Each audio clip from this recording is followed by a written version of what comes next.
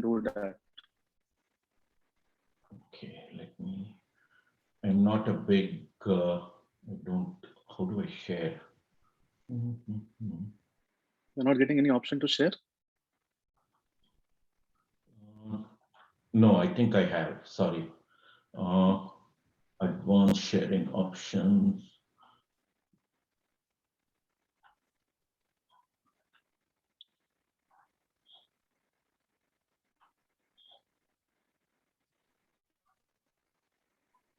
Okay.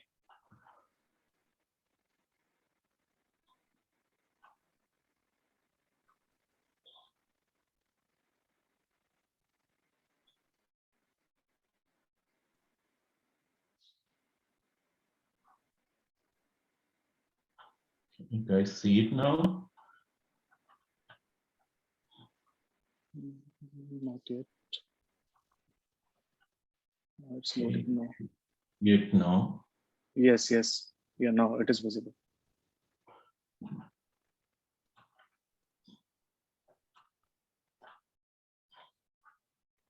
Now, how do I make sure the video is from the computer?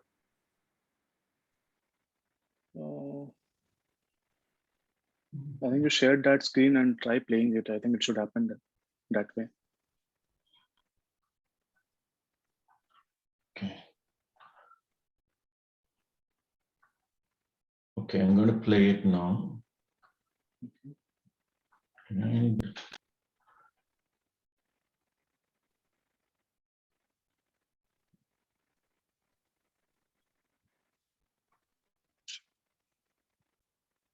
wow, why is it taking so much time?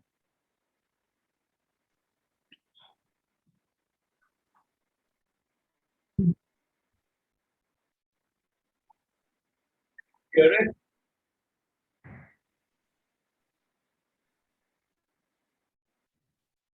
Could you hear it, Shweta? No, there's no audio, but yeah, we can see it. Okay. Audio is not there.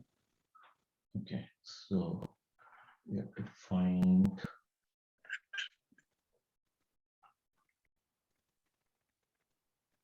Go to.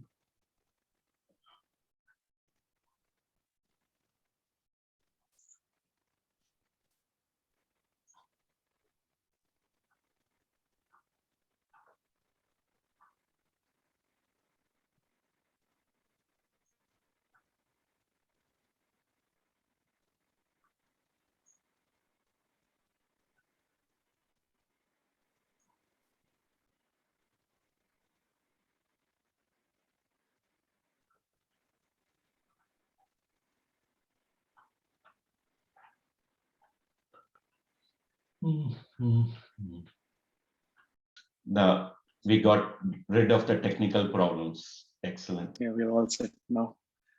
So we'll start in another minute. I mean, or just we'll see for one more minute and then we'll start. Perfect. So, sir, today I'll be hosting the session and Vineet Maheshwari will be the co-host for today's session. Hello, Sorry, good evening, sir. Who's the other person? Vineet. Yeah, this Vineet. is me, sir. Vineet. Hello, how are you doing? I'm doing good, sir. How are you? I am doing well. Now, the other thing which I want is on one of the screens, I have got all of you. I can only see 6 people. How do I make the screen maximum on that screen? So go click on view and there it will be No, there's no gallery view. view or something. On the top right, it will be there. Yeah, I'm already on Gallery. I'm already on gallery and it shows only, okay, the reason I think is I have to keep moving people. Okay. Okay. Good. I see that now. Okay. Sorry, I'm not a big Zoom user. Sorry about that. I'm learning Zoom because we use Microsoft Teams at our office, so I'm a little more. So, how was Independence Day? Happy Independence Day to everyone. Thank you, sir. Yeah, I was watching the cricket game today. I'm a big cricket, and I hope you guys were watching. It was really nice for India batting to come back, and I hope India wins today. Yeah. Okay, sir. So we have enough participants, so we'll start the session. And meanwhile, people can join. Okay. So I'll start. Good evening, everyone. I'd like to welcome you all to the XLRI XPGDM Industry Expert Talk Series. Today we have Mr. Jayaraman Rahuraman with us to share his wonderful and deep insights on the digital technology. Mr. Raghu is a software professional with a passion for software, IT, and technology. He had spent the first 16 years of his career in India before moving his family to the USA.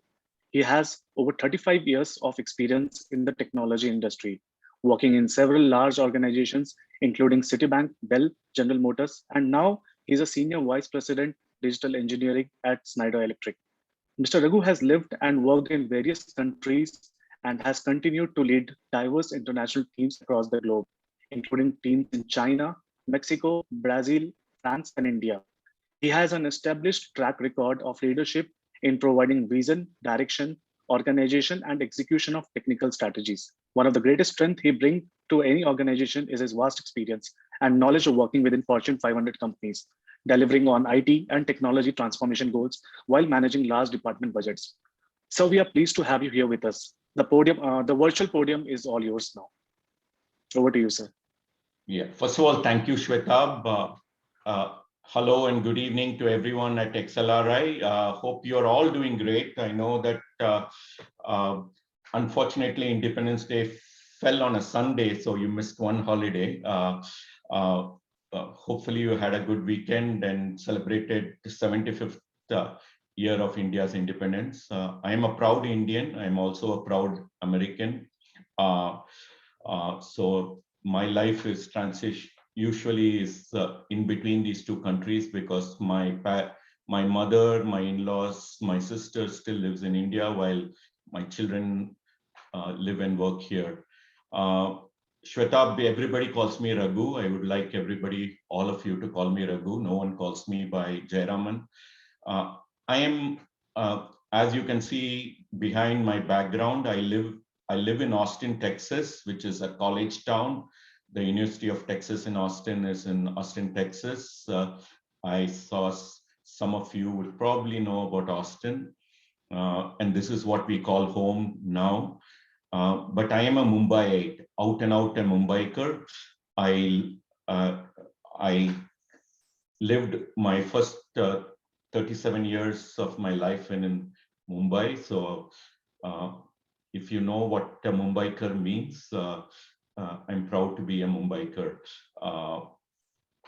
I studied in, my basic education is I'm a Bachelor of Science in Physics, Math, and Statistics, and then did my post-graduation in management, mainly in operations and finance.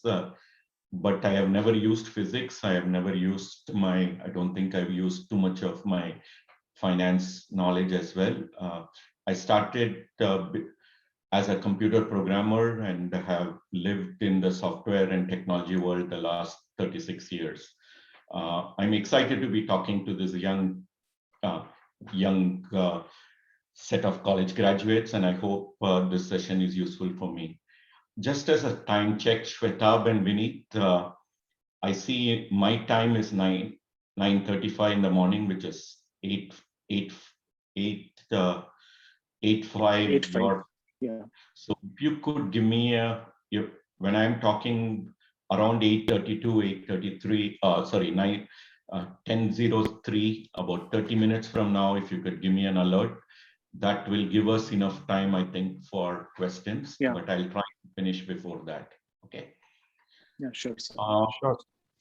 So Shwetab and I were chatting about a few weeks back, and the topic which we agreed on is to talk about digital and how each one of you can be interested in digital and how do you prepare for digital careers. Okay. Let me tell you a little bit about myself. I now work in a company called Schneider Electric. I've been working there for about four years and 3 months. My career has been in software development and IT for the last 35 years, not 25 plus years. I worked at Citibank, I2, General Motors. As Shwetab said, first 16 years of my career were really growing up the software ladder, the leadership ladder in India, before one company where I was working. So I've always worked for American companies and managing software development teams in India. So one of those companies, I2, promoted me, and that's how I came to the US in 2001, about 3 months before the 9/11 World Trade Center bombing. Lived in New Jersey at that time. And the idea was to go back to India in 2 years, because I'd never thought in my career I would live and work in the US for so long. Things changed, and I'm still living and working in the US after 20 years. I'm passionate about technologies, about emerging technologies. I love working with people. So each one of you are welcome to connect with me on LinkedIn. Anything I can help you with, absolutely would love to do that.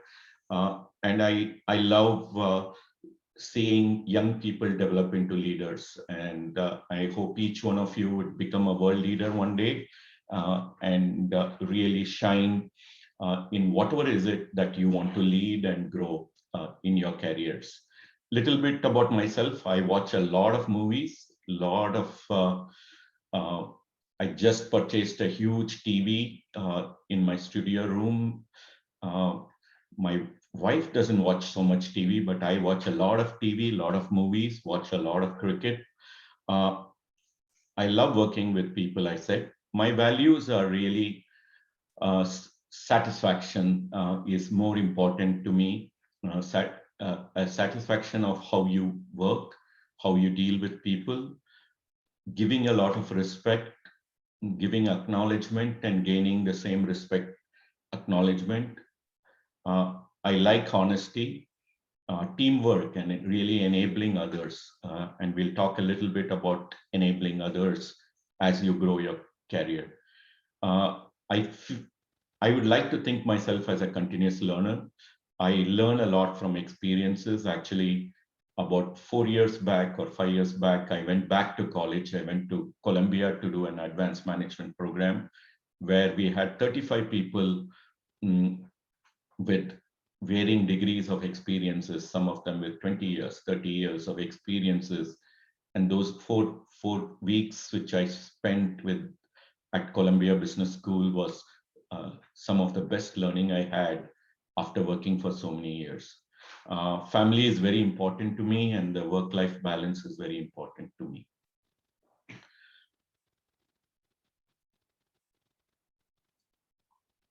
And so I would like to get introduced to each one of you. I know that we have a lot of people, so I hope you guys can write in chat. I don't know how to see the chat here, but how would you tell me a little bit about yourself? If you cannot tell me on chat, write an email to me or a LinkedIn message. You have my email ID in the bottom of this slide. So tell me a little bit about yourself. What is your personal brand? So I see Tanya and Priyanka. What is your personal brand, Tanya? What is your personal brand, Priyanka? What would you like to be known as? Either today or 10 years from now, 15 years from now.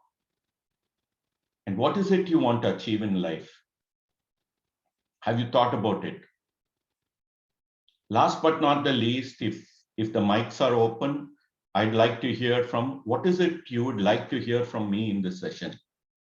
So Tanya, you want to go first, or Priyanka? What is it you would like to hear from me in this session? Yes, sir. Am I audible? Yes, you are. Yeah, thank you for taking all your time first. I would love to hear from you your experience, like so far you have now, and throughout your journey, maybe career, personal, any guidance for us. Very good. Yeah, I will absolutely spend. What else? Budding MBA students. Sir, we Sure. would Tanya, like, yeah. yeah, So, go ahead. so you mentioned that you are a continual learner, and even 4 or 5 years back, you went back to school to learn advanced management program. I would like to know, like, what was that experience like after so many years, and how can you tell us, like, throughout our career, how can we continue to have this kind of mindset to learn, and no matter how experienced we are? Excellent. I will try to cover it. If I don't answer your question, please do remind me at the end of the session. Any other question? Vineet, Shwetab? Sir, I had a question. Yeah.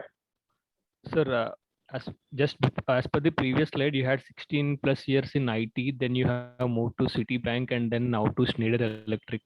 So I just wanted to understand, how does the transition happen?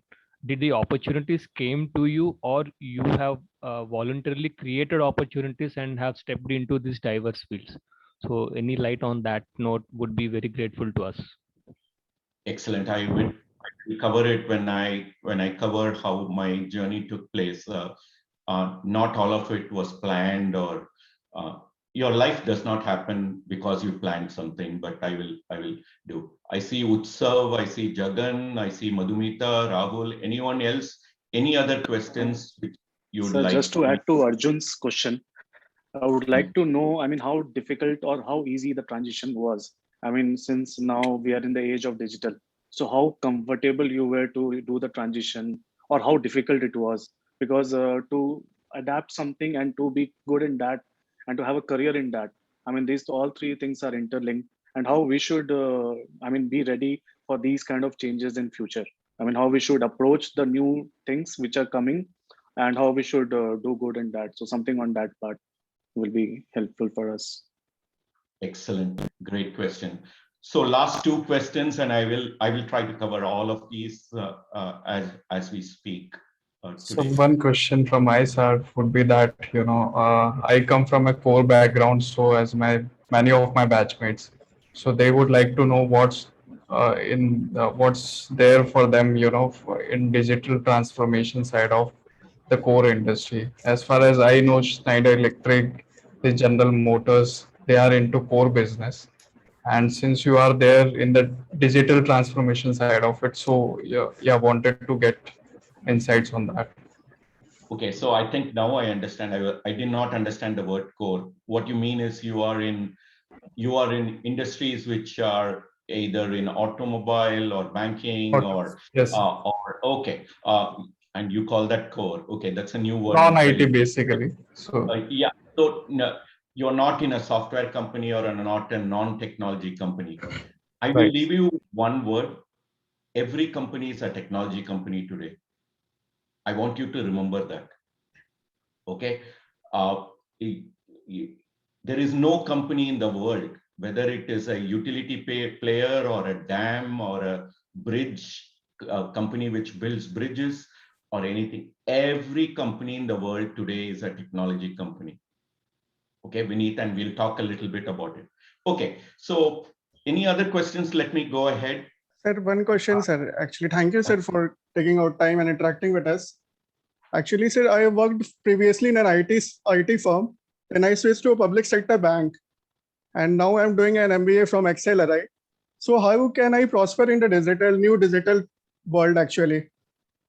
Excellent question, right? So I think go back to that statement which I said, every company is a technology company. So whether you are a banker, whether you are you're a cost accountant, whether you're a supply chain professional, remember digital is going to pervade your lives much more than what it did my life in the last 35 years. Utsav, remember that when we talk about digital, we are not talking about digital being a technology term. Digital is really a business term, and we will talk, I hope to spend time on that. Okay, so let me spend 5 minutes to 10 minutes introducing my company. And then I'll go to really going to the topic of today, which is what is digital, what does it mean for each one of you, how can you develop your career. I will share my stories as well. Okay. And only my mouse is working, nothing else is working. So we said this thing works. So let's hope this short video works for you. The world is full of people telling you who to believe they are. Well, we thought we'd tell you who we're not. Let's start here. We're not in shipping. We don't make lifts. Seriously, no lifts. We do this. We're good at this. And we make all of these. And even though you'll find us here and here, we don't make energy. We make you save it. And you'll be saving the environment too. Are we an internet company? Well, we connect and power just about everything around you, helping machines talk to each other and to you, making your world more personal. We're seeking out the big questions and answering them honestly. Like, how can we make the most of our energy and resources? Or can we make access to energy and digital basic human rights? We're real people, employees, developers, partners, investors, and inventors, all passionate about doing what's right. We're open. Humans of all sorts from all over, learning from each other and about each other. We're not here to save the world. It'll go on with or without us. We're here to be your digital partner for sustainability and efficiency, to ensure life is on everywhere, for everyone, at every moment. Does this sound like you? Are you someone driven by a sense of meaningful purpose? Would you rather devote your time to this and this instead of this and this? Are you happier working somewhere inclusive like here instead of here? Do you want to feel empowered like this rather than this? Maybe there's something we can learn from you and something we can achieve together. Let's talk.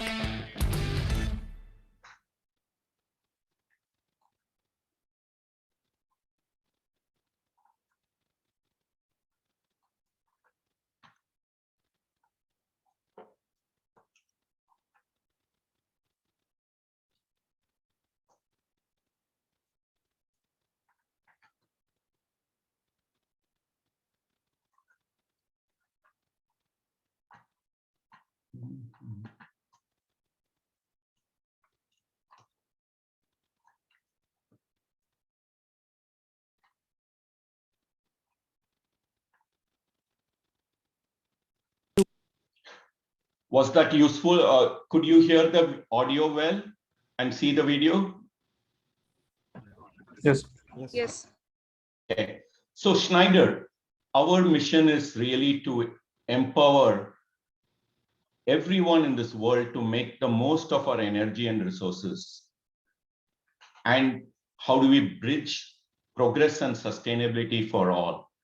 So at Schneider, we call this Life is On. Okay. And I would encourage you to go to se.com to read more about our company.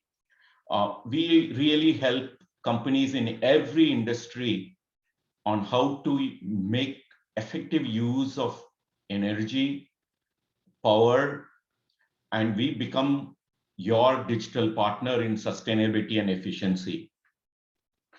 We are at 25.2 billion euro, which is about 29-30 billion US dollars in revenue. Our three biggest regions are the US, China, and now India. France is number 4. Recently, about a year and a half back, we acquired L&T's electric and automation business for 2,200 crore rupees. That makes us number 3 in India. We have a well-balanced global presence. As you can see, we are 30% in Asia Pacific, 26% in Europe, 29% in North America, 15% rest of the world. We have two main businesses, actually three now: industrial automation, energy management. As you can see, energy management is larger than industrial automation. And we also now have a third business called the sustainable business, where we help companies become carbon free, help go to sustainable methods of energy usage all over the world, according to the Paris Climate Accord. India is our third largest market. We have 28,000 employees in India, almost 2,600 partners. We have 9 state-of-the-art R&D centers, and we have helped the first ever smart city in Atal Nagar, which was probably announced by the Prime Minister Narendra Modi a few years back. We have customers across all industries. So back to your question, Vineet, even though we are an energy company, we like to consider ourselves as helping people with digital and their energy uses. So 20% of the oil and gas, buildings, electric utilities, cloud providers. So if you are in the internet for more than 30 minutes, you are going through some product or solution powered by Schneider Electric. So, we serve almost all industries. There are 3 concepts when you talk about Schneider. One is electric, second is digital, third is sustainability. As you know, energy usage is moving away from fossil fuels, from oil and gas into more of electric. So electric means it makes energy green. And that's why you see the move towards electric. It gives you almost 3x to 5x times the efficiency over other sources. And by 2050, we expect 50% of energy production will be solar or wind driven. Digital, powering this by digital really means digital homes, digital building, industry, infrastructure, cities are what will make this happen. And last, on sustainability, how do we stop using energy more than what our previous generations used? How do we ensure our next generation has the same resources we have? So climate crisis and ensuring that we leave behind this world better for our next generation is clearly a big imperative for all of us. So Schneider helps you in terms of digital efficiency, making sure that we can go more into electric, but almost 1 billion people in this world don't have access to basic electricity. How do we make that happen to make sure life is on? Hopefully that tells you all. Finishing off, we want to empower all to make the most of our energy and resources.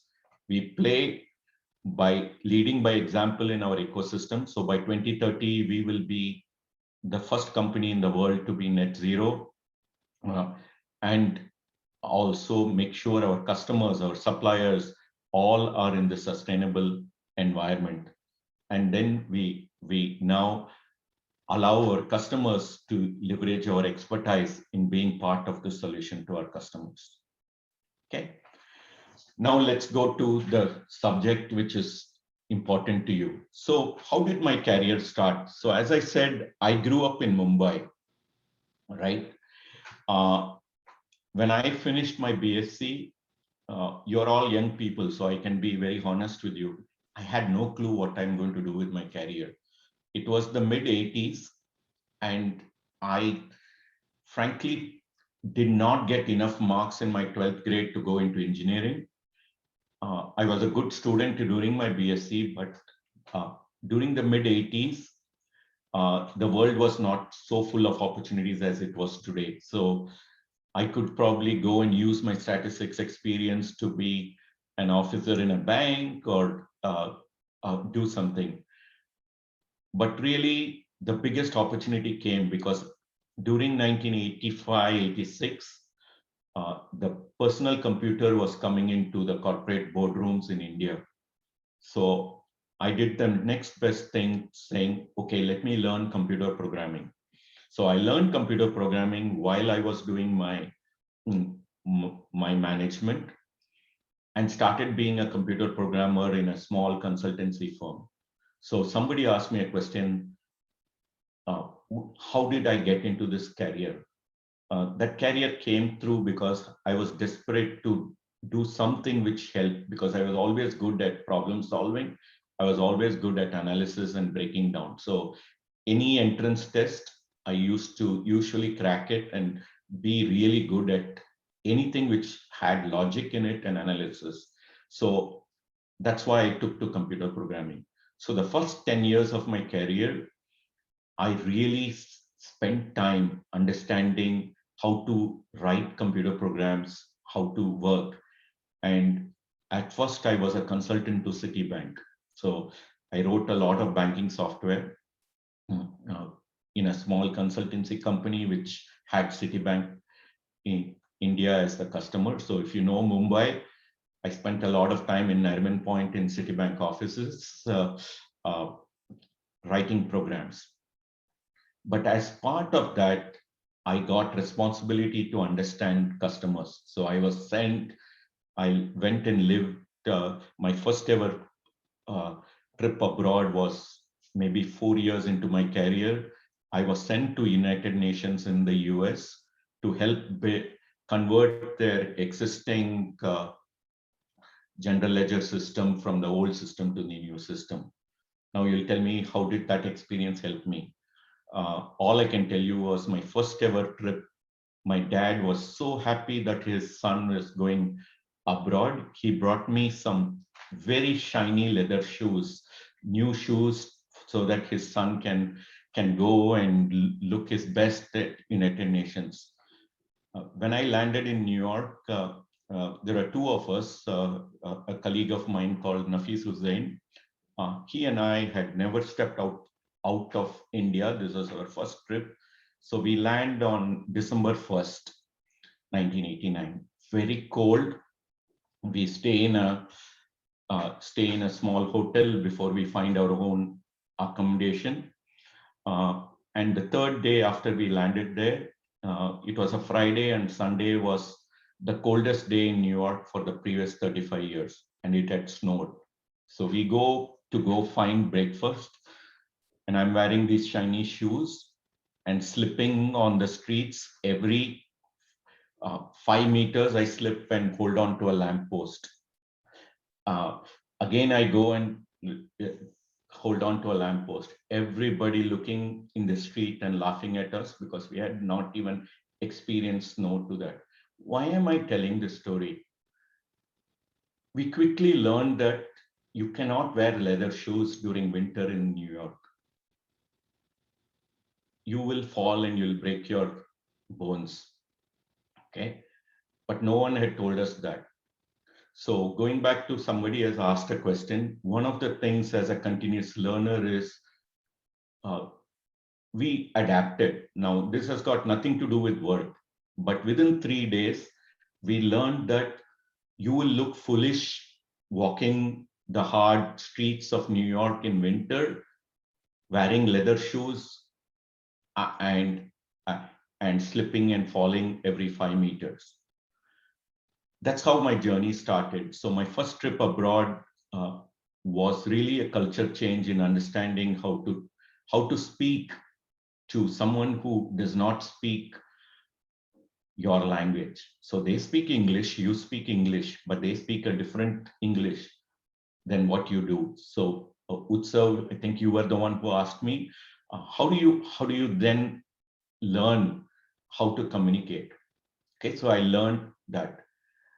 I came back to India due to family situation. I wanted to go back, but I didn't go back. But then I joined Citibank Overseas Software Limited, and Citibank Overseas Software Limited gave me a lot of leadership opportunities. Okay, they allowed me to go to Bangkok.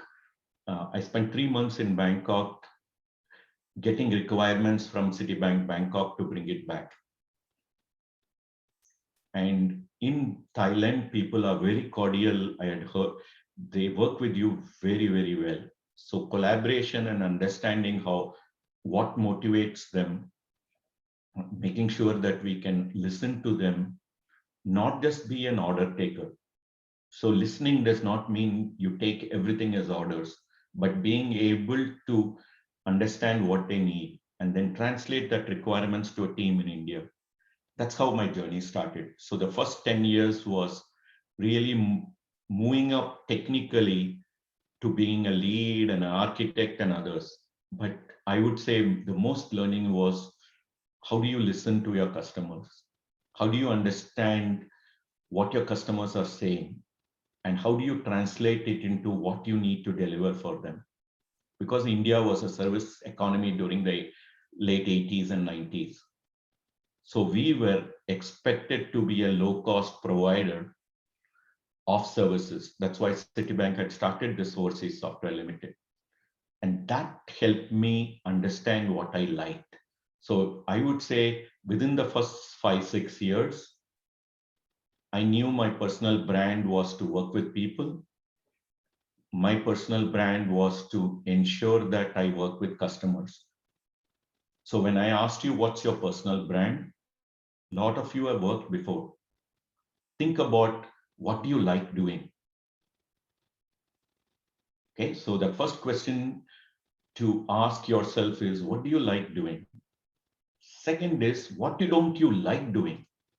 Because I hate some of the things which I was asked to do. Okay. You guys have been in the IT industry. So there are things which you don't like to do, like testing or like fixing somebody else's problems. But then to become a leader in this world, you have to do some things which you don't like to do. The third and the fourth question, which I would ask each one of you to do, is very quickly in your career, figure out what you are good at. So if you take it as a metrics, what do you like to do, what you don't like to do. The third and fourth is, what are you good at? I was very good at execution. So today, if someone says what Raghu is good at, they will say Raghu can get things done. Anything, it doesn't matter what you do. Today in my company, if they want something which is in trouble or something which they want to execute fast, they will most probably give it to me. So what's your personal brand? What are you good at? The last one is, what are you not good at? I'm not very good at preparing PowerPoint presentations. I have learned it over the years. But once you become a leader and you start becoming a manager and a manager of managers and you become a leader, you have to make sure you can articulate what you think. And I would say that having worked in India and now leading a lot of people in India, China, Mexico, I would say one of the biggest things you have to do in these 2 years or 15 months you are in this course is learn to communicate. How do you present your ideas in a concise way? How do you negotiate and how do you make sure you're listening?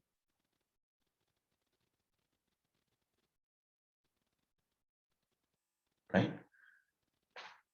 And that I became a senior manager, I became a director, and most of it, my thing was not about the work I did. So I started developing software products. So I joined a very small startup. So someone asked me a question, how did I make a decision to change companies? So I was doing very well at Citibank, but I took a big risk. I still remember it was probably in 96, my son was about 2.5, 3 years old. And I decided to join a very small software product company where I was employee number 18. I'm sure all of you are thinking, is this guy foolish? Why did he join from a company which was so big, Citibank, to a very small startup. I went after what I wanted, right? I wanted to develop something new, and they were building a product in the supply chain space, a demand management product. So I went after it. And I would say my personality is I'm willing to take that leap. So and I went into an area of uncertainty, but within a year that we built that product, it became very popular. From having about 10 customers, in 5 years, we had more than 200 customers. It became the top selling demand planning product in the world. And I grew with that growth. We got acquired by a larger company. I was made a director. We grew that team from 18 people to almost 1,000 people in India. It was called I2 Technologies. I went during the years 96 to 99, 2000, I went to every management school there is, hiring people like you, went to all the IITs, hired a lot of people, and that's how my career grew. But then answering that question, if I had not taken that jump, I don't think my career would have gone at that speed which it went. Okay, every time. Then I was in that company. I went to the US. I became the product leader. I worked with large customers like Intel, IBM, Best Buy, Toys R Us, a lot of companies, Whirlpool, and so on. But then the company went down after the dot-com bubble. And I made a decision after 8 years in that company that I wanted to get a more stable environment. And I went and joined Dell. Okay. In Dell, I had a manager. Even now, I treat him as my mentor. He is now the CIO, one of the CIOs at General Motors. And he told me, Raghu, I know you know how to build software. I want you to now figure out how a corporation works. So for the next 8 months, he made me responsible for responding to every problem that happened in a manufacturing plant. So Vineet, you are in the core business. For 8 months, all I was doing was making sure that the plants in Dell never went down because of an IT problem. So at 2 a.m. in the morning, I used to be called by a factory manager and said, your IT system is down. I have got 20 people whom I'm paying hourly, and I cannot get this line working. So at 2 a.m. in the morning, you get involved with finding out what the problem is. Asking somebody, go and fix this, do something. So after all these years of experience, after 20 years of experience, my boss put me in front of solving customer problems. So remember, one of the things which I want to tell you, that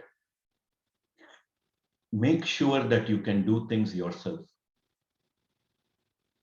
You may be a director, you may be a senior manager, and each one of you will become top ranked people in whatever profession you do. But remember, you should know how to do things.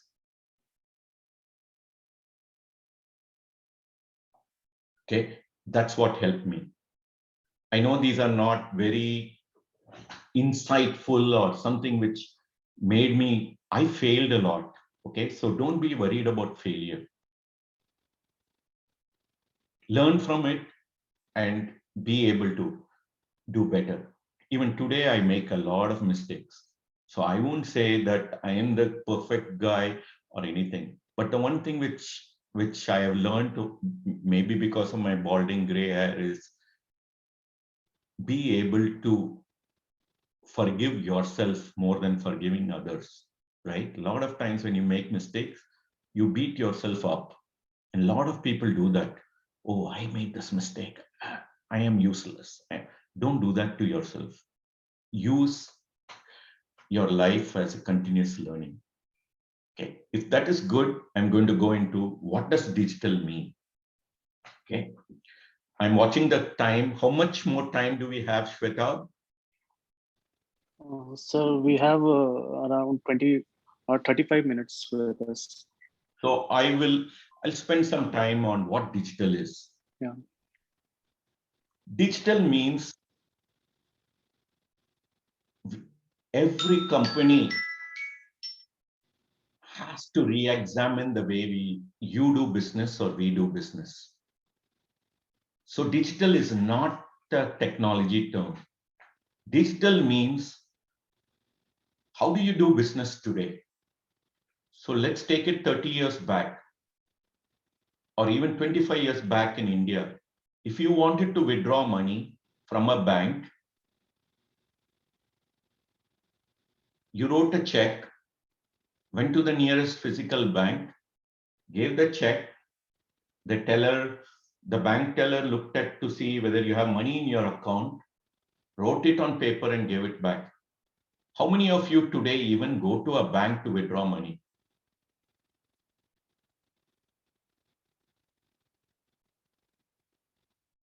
So 5 years back, and now we are doing the same business of withdrawing money differently. When you look at today, you need to look at every business we have.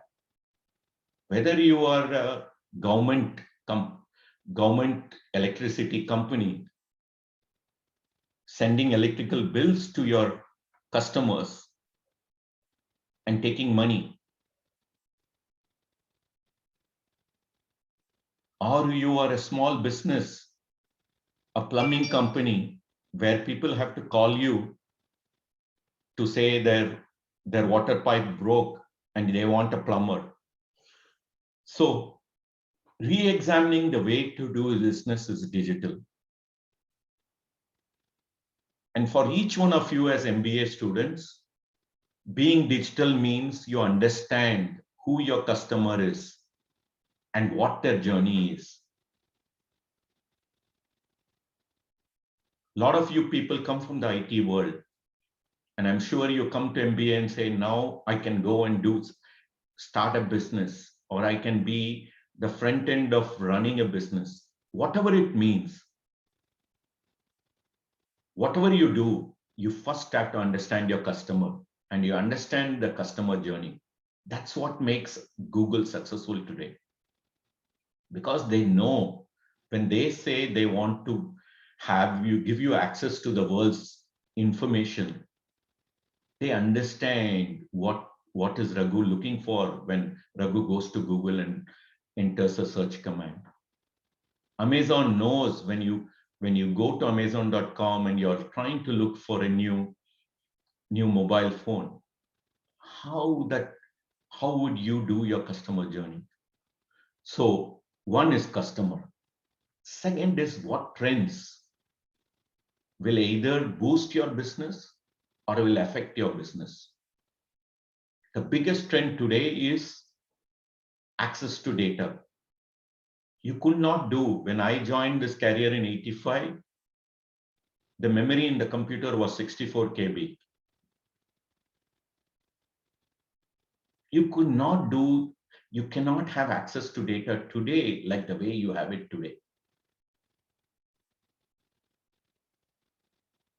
Machines have evolved.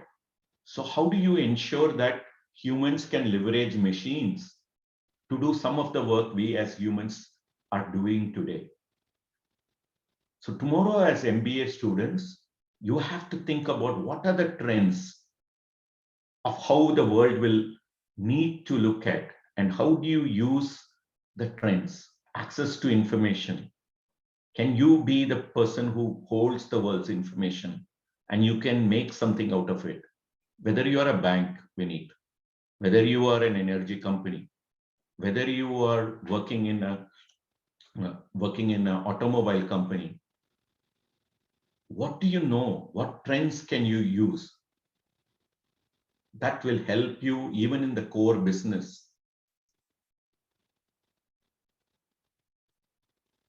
to create new frontiers? Sometimes it may be just new ways of doing things.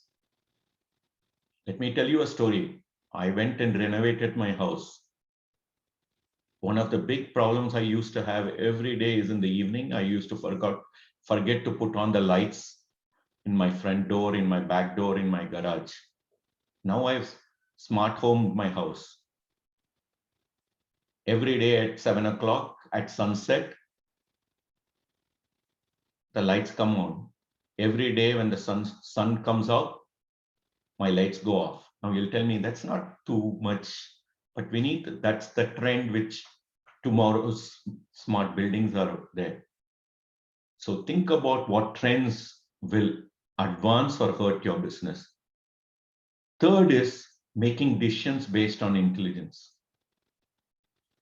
And how do you personalize the experience for each one of your customers, for each one of your stakeholders, whether it is employees? So today in our company, we have something called the open talent market. It is available to all the 40,000 employees. It is almost like a recruiting portal for employees within my company. So I can post a job saying, I have this job for a new director. And some employee in China, in Schneider Electric, can apply to that job. That's what digital means inside our company. Outside our company, digital means that we capture all the information about when do people, let's say we are managing the energy utilization of a hotel and there's a conference going on, 100 people were in 15 conference rooms, but it's lunchtime and they all gone for eating lunch in a different place. Can I have sensors knowing that there's no more people in that? And can I reduce the power consumption in those, turn off the lights in those 15 rooms where the conference was held? This is what digital means. Questions before I go to the next?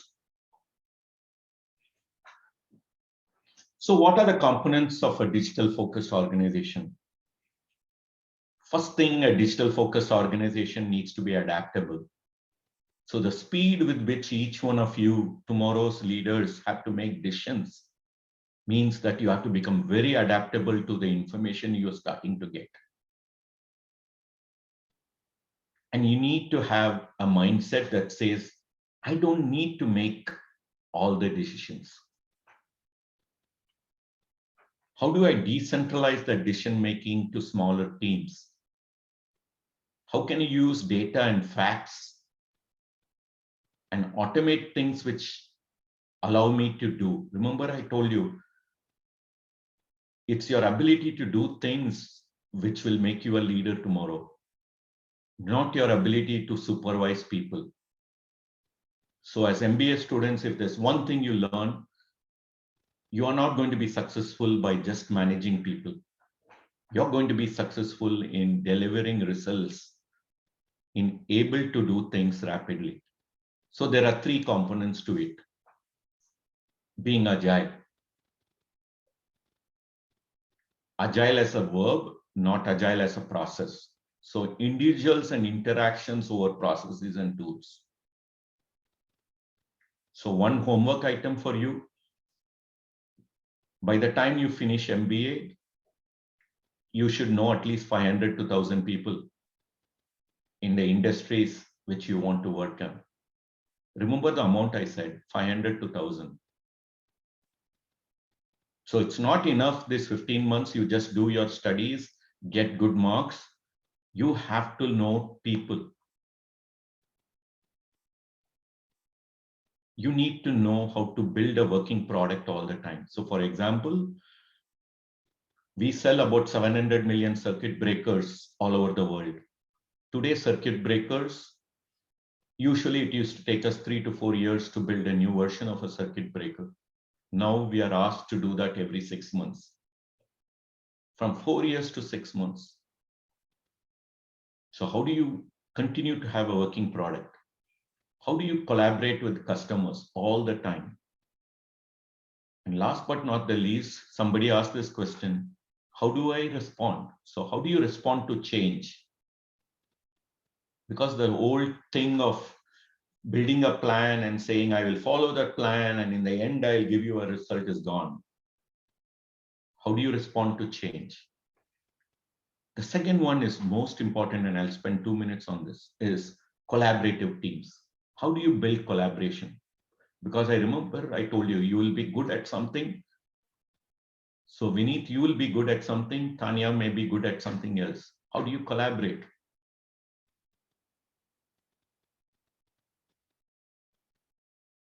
And when you talk about innovation, how do you look at a customer-focused innovation? Last but not the least, how do you automate? Automate things which machines can do better than us. And that again, wherever it is, R&D, sales, marketing, finance, banking, supply chain, anywhere. And how do you build structural efficiency? So today, my company is growing. So I am investing close to 50 million euros on a variety of projects. But I also have efficiency targets. So I have to reduce 4 to 5 million this year on getting rid of what I'm spending today on the old. So think of it, as a leader, I have two goals now. I have to grow fast, but at the same time, I have to do it with efficiency and getting rid of things which are no longer useful. And that's what tomorrow the MBA students of the executives of tomorrow like you will be asked to do. Think of innovation which on the trends which are coming, artificial intelligence, data, security, cloud. These are important. And how do you prepare for such a digital career? And there's a great, I would ask you to do a Google search on future of work, because the COVID situation really has people and institutes and scientists thinking about what would be the future of work. The future of work will really mean that we as humans are going to be enabled by machines more and more. And there are three things which you have to do. You need foundational skills. How do you add value? So tomorrow's jobs will be not about doing work in automating or programming and others. Yes, that will still be there. But if you want to be a leader of tomorrow, how do you add value beyond what can be done by automated systems and intelligent machines? How you as a professional are comfortable working in this digital world, in this digital environment, talking the language of a digital world. And how do you continuously change and adapt to new ways of working? So first thing I would say is those are the foundational skills. And you are in the right moment because you've taken time away from your careers to spend this 15 months. So start building those foundational skills, digital skills. Really, this does not mean that you need to know programming. Maybe you want to know programming because you want to go back to the technology industry. But how do you build the digital fluency? How do you know how to use software? Okay. Use of data. So data is going to be the critical component for you for the next 30 years. So understanding digital systems means you have data literacy. You understand the data which your company has. Do you understand cybersecurity? So today, one of my jobs, which I never thought I would have ever in my life, is I am responsible for security of 150 data R&D centers all over the world for me. I never thought I would have a cybersecurity role. So I have a senior director of cybersecurity where anything happens in any of the R&D centers, I am called. Each one of you are going to have cybersecurity as a core part of your roles.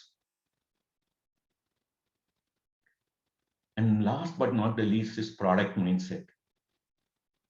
No longer large projects and programs. Can you deliver products? And that could be anything. So how do you move away from a project program management mindset to a product mindset?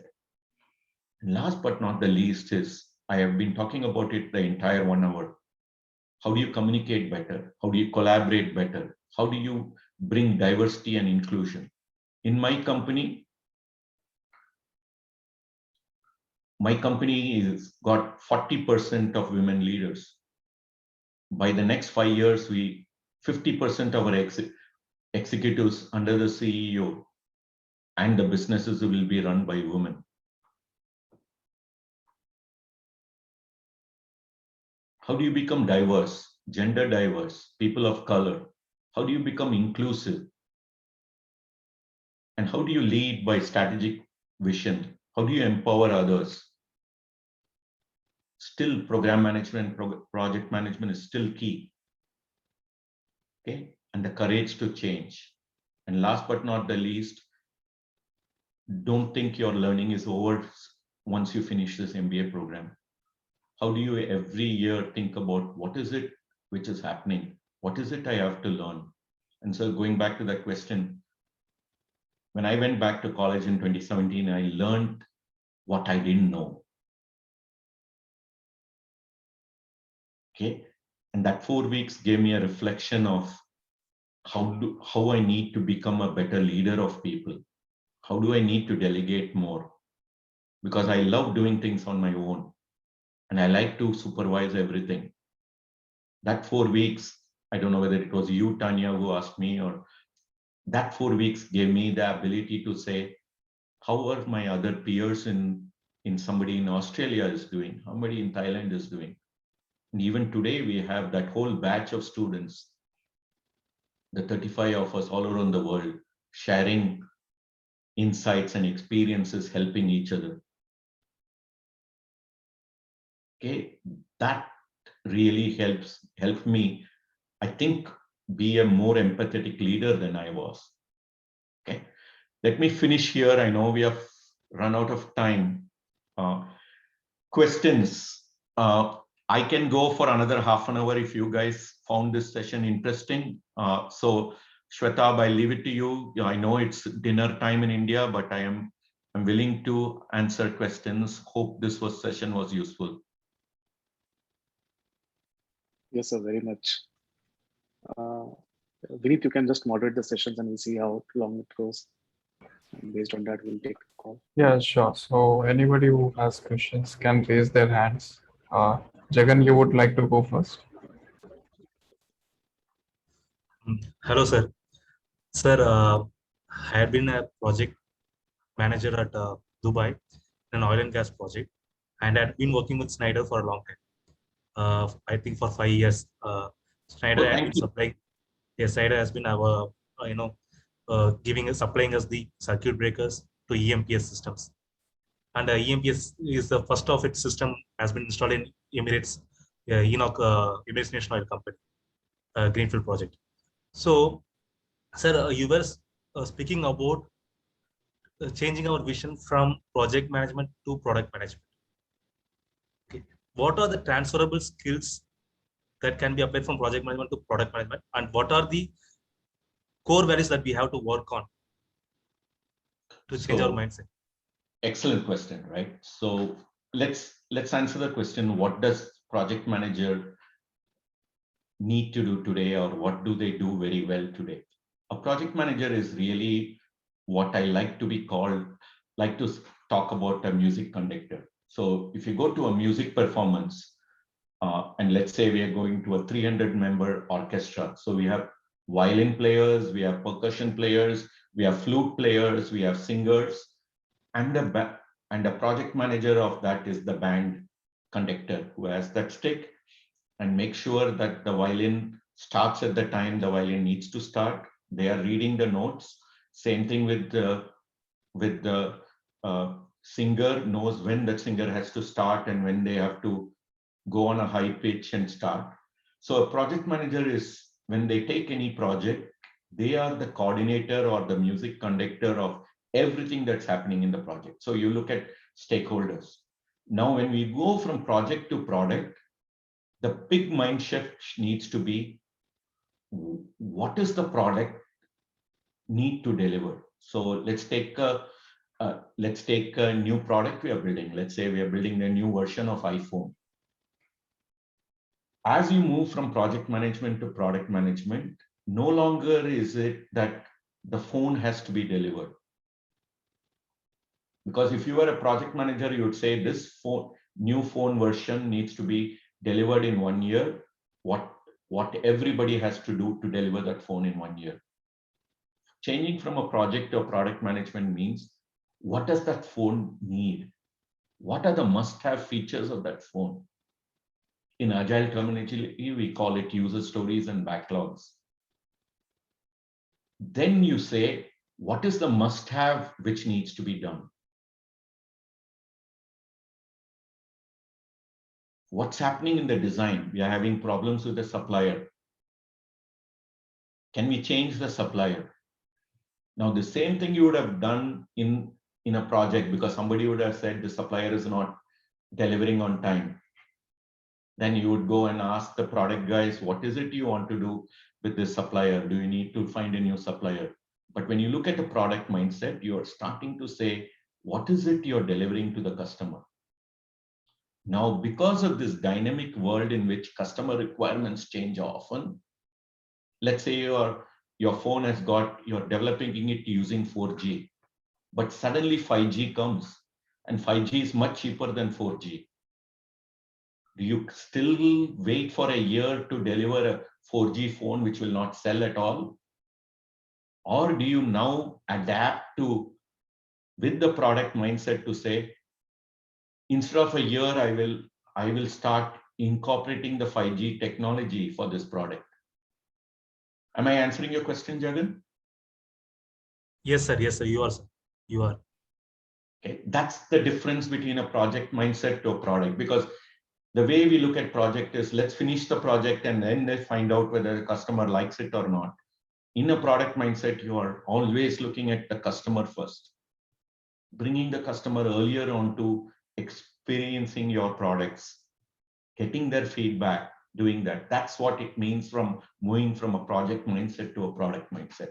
I just took a very simple example, but I hope, Jagan, that was useful to you. Yes, sir. It was useful. I think this is one of the reasons because of which the whole project management body of knowledge, which has just came into the 7th edition, okay, is completely based on agile and into product management focus. I think that is one. Thank you, sir. Thank you for your answer, sir. Absolutely. So please go ahead. Thanks, Vineet. Thank you, sir, for sharing the insights. I just have a question. In the past few years, we have seen a rise in the fintech industry with many new companies coming into the industry, especially in the COVID period. So is the trend going to continue in the future? So I hope I understood your question.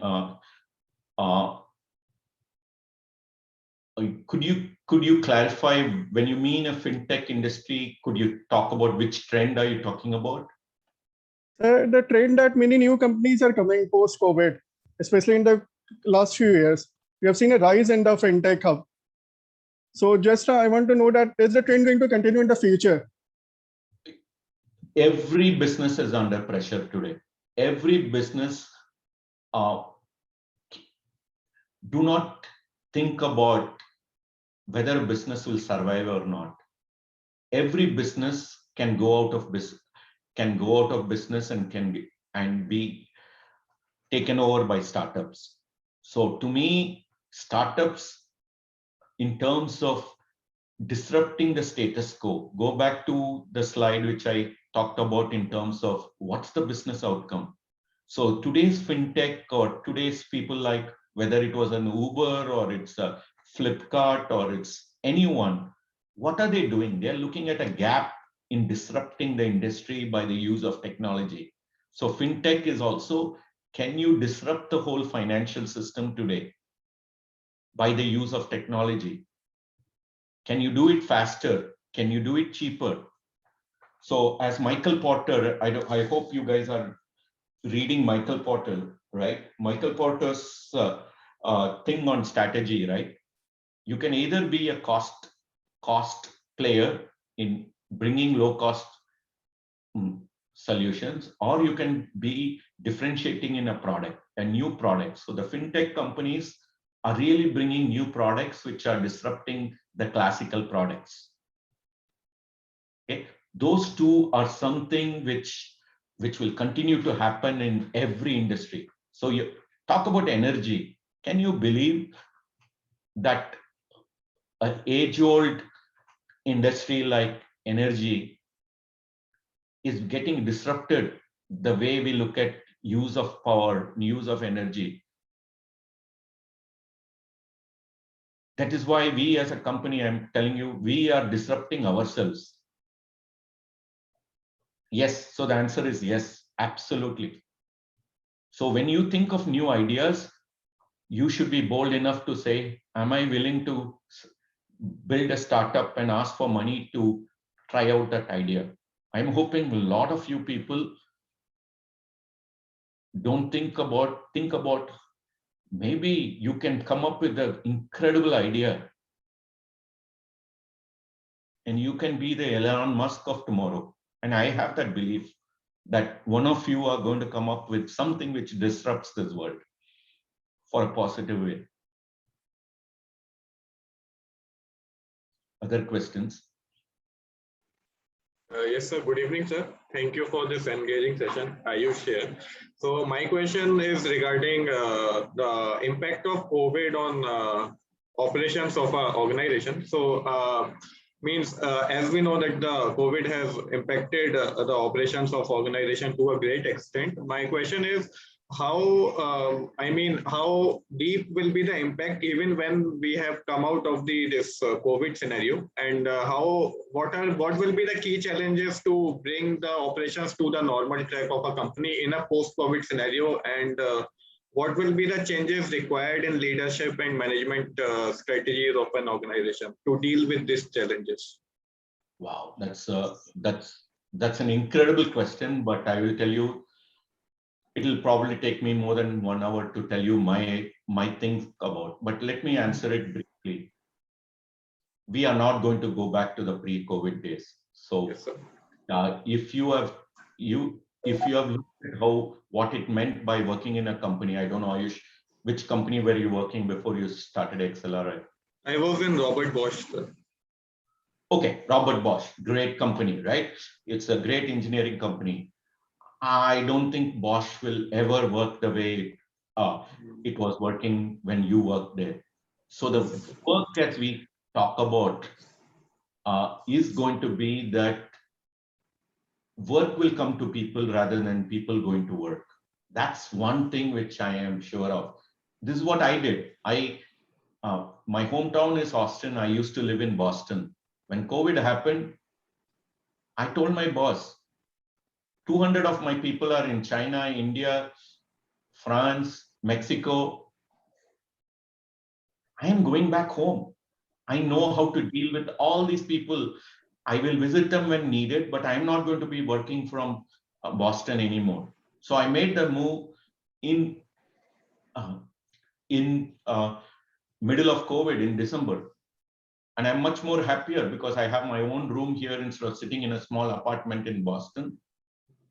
I get on to calls like what I'm doing now.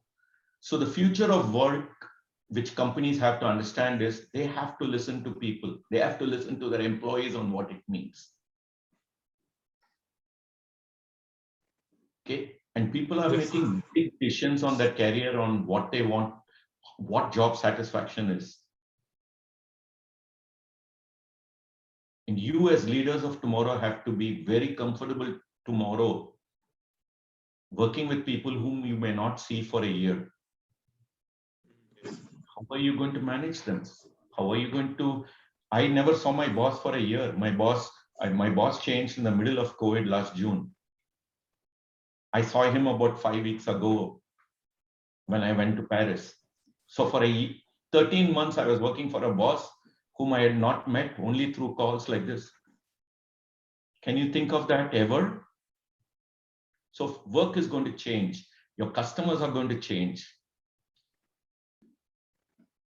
Short answer, Ayush, but I would ask you to do a Google search on future of work. There's an incredible study done on how work is going to happen in the future. Sure, sir. Thank you so much. Thank you, sir. No one will ever sit in traffic for 1.5 hours in Bangalore or Mumbai anymore. It's not going to happen. If a company now tells that you need to come to work every day, that company is a classic old company. in my company, we have said all over the world, except if you are in a factory and working in a factory and you have to work in a machine, most jobs, teams can decide for themselves where they work and how often they come to work. So we as teams give that power to the teams. So you as tomorrow's manager need to be a better listener tomorrow, Ayush. Yes, sir. On what your teams need. And companies which you need to come back to work, they are going to go out of business. Maybe I'm being harsh, but they are going to go out of business. Definitely, sir. Thank you. Thank you so much, sir. It was a very informative answer. Thank you. You're welcome. Shweta, please go ahead. So thank you, sir, for your time and insights. You have almost covered everything, whatever questions we had prior to this session. But my question is related to the apprehensions which personally I had when I started my career in 2014. When I was working in SAP. I started my career with SAP. So that time it was like people were saying, okay, for 10 years, 15 years, your career is going to be towards the peak. And because SAP is going to be forever, sensitive ERP and all. And after 3 or 4 years, I got to see RPA coming into picture, that blue prism and all. And then now it is like cloud. And then in cloud also, there are many things like cloud, blockchain, data science, and so many things. So my question is, I mean, for me, it is very difficult to choose on which technology I should go on to have a kind of concrete career for at least some years. So how to make that decision based on the options we see around us? I think you're asking two questions, not one. I think you're thinking about career as being concrete. To me, I don't know what that means. Your career has to be what you make it of it. So to me, I would answer your question. If you like something, whether it is SAP, whether it is blockchain, whether it is others, make sure you're the best at it. Because when I started, I learned BASIC and COBOL. Today, my teams are working on things which I don't even know what it is. But I lead those teams. I lead mechanical engineers. I lead PhDs in simulation. I just told you I'm not even an engineer. And I have some of these engineers working in my team. So think about your career as what is it you need to be good at and become the best at it, whatever it is. And this thing about concrete career, I think a career is made based on your experiences and how you deal with those experiences. So to me, I'm already sure, Shweta, you had a good career before you joined XLRI. You're going to have a good career. There will always be questions on what do I need to learn and what I need to do. The problem I have today is I don't want to give you an answer saying one of this is better than others, because the moment I say it, I'm going to be wrong. Because somebody else will disrupt and come with something else.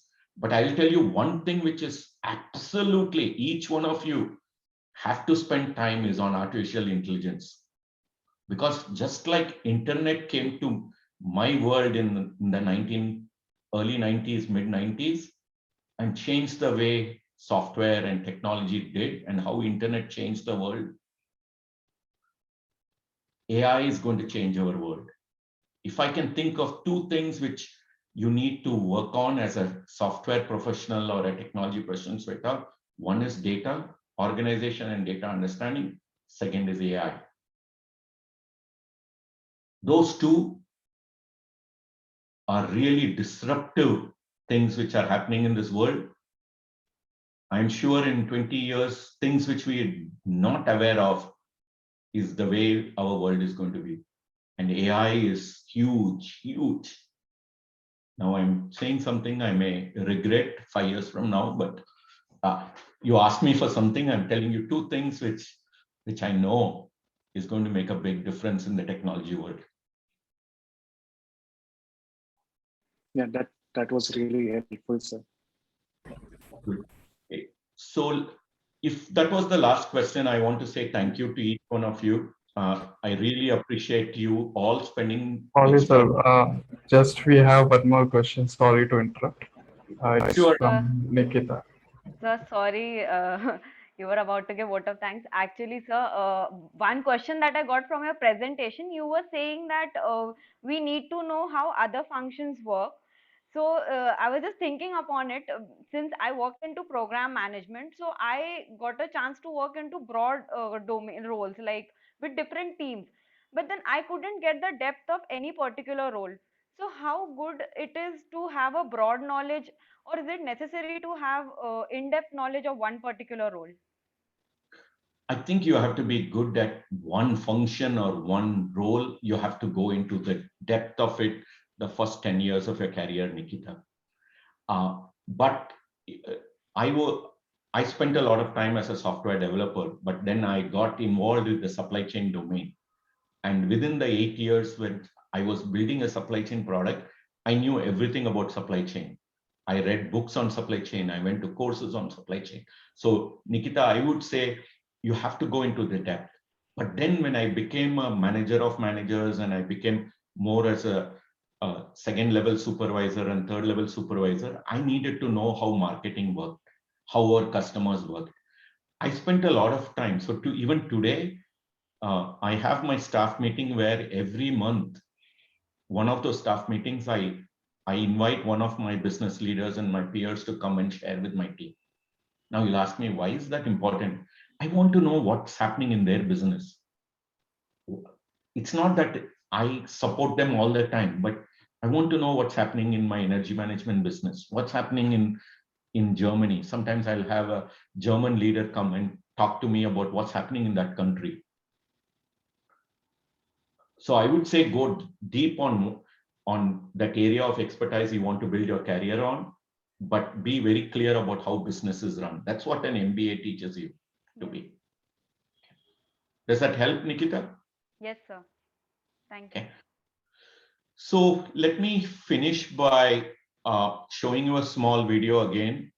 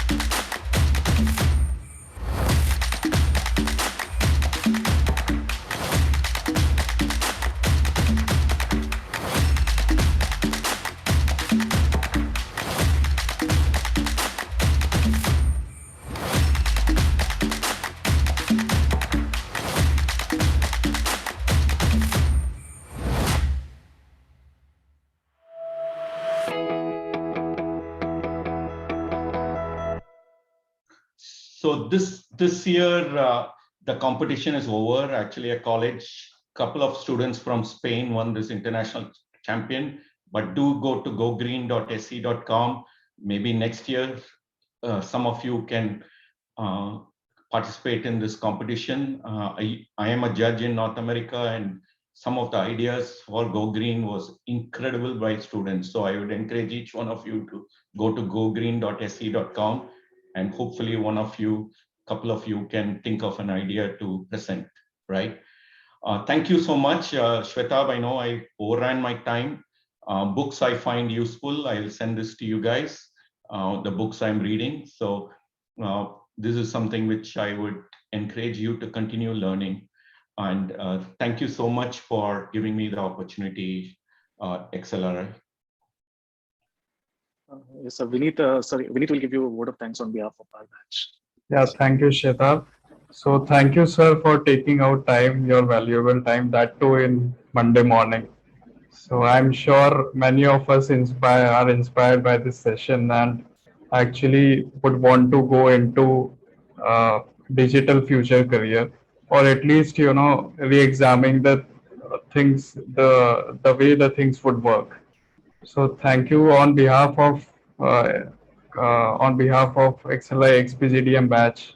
I would like to express my thanks, sir, and Thank have a you. good day to you. Thank you, Vinit, and I'll send you some of these slides as well. And as I mentioned, please connect with me on LinkedIn. I hope you consider Schneider Electric as one of your career choices as you graduate from here. Would love to hear from each one of you. Thanks a lot. Have a great week ahead. Bye. Thank you, sir. Thank you, sir. Thank you, sir. Thank you so much, sir. Thank you so much, sir.